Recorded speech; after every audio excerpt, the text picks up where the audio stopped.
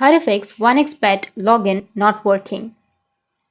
So if you want to fix your OneXBet login not working, then what you need to do is you just need to simply go with your OneXBet application. For example, in my region, it's not available. So I'll just give you an example with the other application, which is this one. Now, once you have the application, just simply tap and hold on to that application, which is OneXBet, and then go with the settings of that application, app info. Once you're under the app info, you need to go with storage and cache and tap on clear cache, which is on the right side.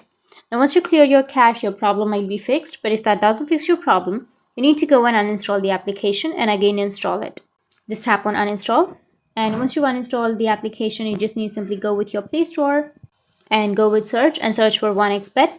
Once you've searched, you need to install it again. But if you don't want to delete that, you can simply search for the application. And if you have any updates under your Play Store with the application, then you just need to simply go with update and you can update the application without uninstalling it. Once you've updated, you just need to simply go back and restart your device, press and hold on to that power button and restart. After restarting, you can go back to the login page and your problem will be fixed. That's how you can fix OneXBet login not working, and if you have any questions, feel free to comment below. Thanks for watching.